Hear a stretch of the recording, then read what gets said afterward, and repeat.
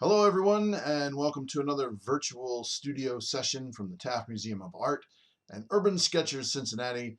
I am Jeb Brack. Today, like Amelia Bedelia, the literal-minded house cleaner of children's literature, we're going to be drawing the drapes. And what I mean is we're going to take a close look at fabric, how it behaves, and how to depict it in your sketches. Our examples from the Taft Museum today are A Woman with a Cittern and a Sitting Couple at a Table by Peter de Hooch, and An Arab Guard by Marion Fortuny y Marsal. Now, fabric can lie as flat as a piece of paper, but it seldom does, which makes it difficult. Instead, it conforms to the shape of things underneath it. Now, luckily, it tends to create shapes and forms in consistent and predictable ways, and you can see them if you train your eye to look for them. So let's take a look at our examples and see what I mean. So first of all, when fabric hangs loose, it tends to settle into pipe folds. These look like long cylinders that taper toward the point where they're hanging.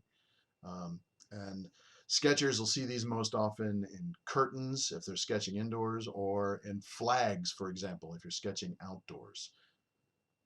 Now, hanging folds, when you're suspending fabric between 2 points, are created like on necklines or on blankets draped on chairs, or in this case, on the front folds of the dress of the woman with the cittern. It's suspended from the knee at one point and the hip at the other. And then switching our example to the Arab guard, compression wrinkles. These are caused by the tension of a moving body part, like a knee or an elbow. When it bends, you get those folds in the cloth. You can see them right around the waist and the arm of the Arab guard here. So let's get to sketching.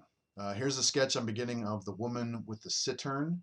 This is pencils of the body of the woman, sort of following typical proportions, because we can't really see what she looked like in person.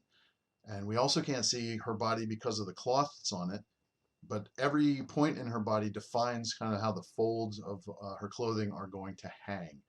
And so I've got the body kind of drawn out, and now I'm representing the outlines of her dress, and then trying to find how those folds and wrinkles go.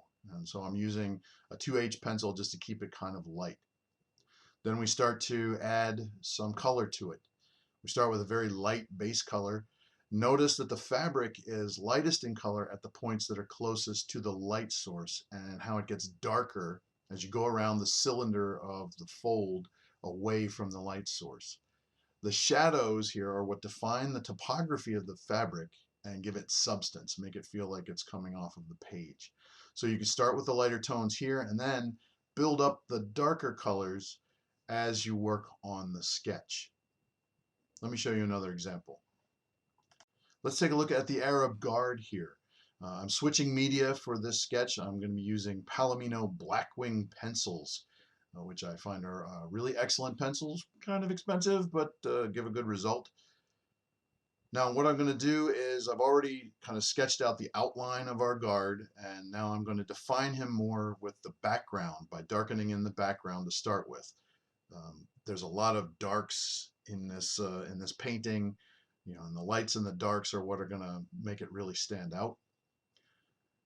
Now once you got the outline kind of laid out, we can get on to the folds in the fabric, and these can be defined lightly at first, trying to kind of find the contour that they follow, and then pay attention to the darkest areas and darken those in a little bit, and then finish up by deepening the contrast between the dark areas and the light areas, so that the variations in value here really stand out and define those folds a little bit more. So here are my finished sketches. You can see them posted on my Instagram feed at Words Pictures Magic. You can see them on the Taft Museum of Art Facebook page. They'll also be up on the Urban Sketchers Cincinnati Facebook page. You can reach out to me and any of our sketchers there if you have any questions. But be sure to post your sketches. We want to see them. That's part of the Urban Sketchers Manifesto, to share your work with everybody else. When you do that, use the hashtags Taft Museum Discovered, hashtag USK at home, and hashtag USK Cincinnati so that we can see these sketches all in one place. Thanks for watching, and we'll see you next week.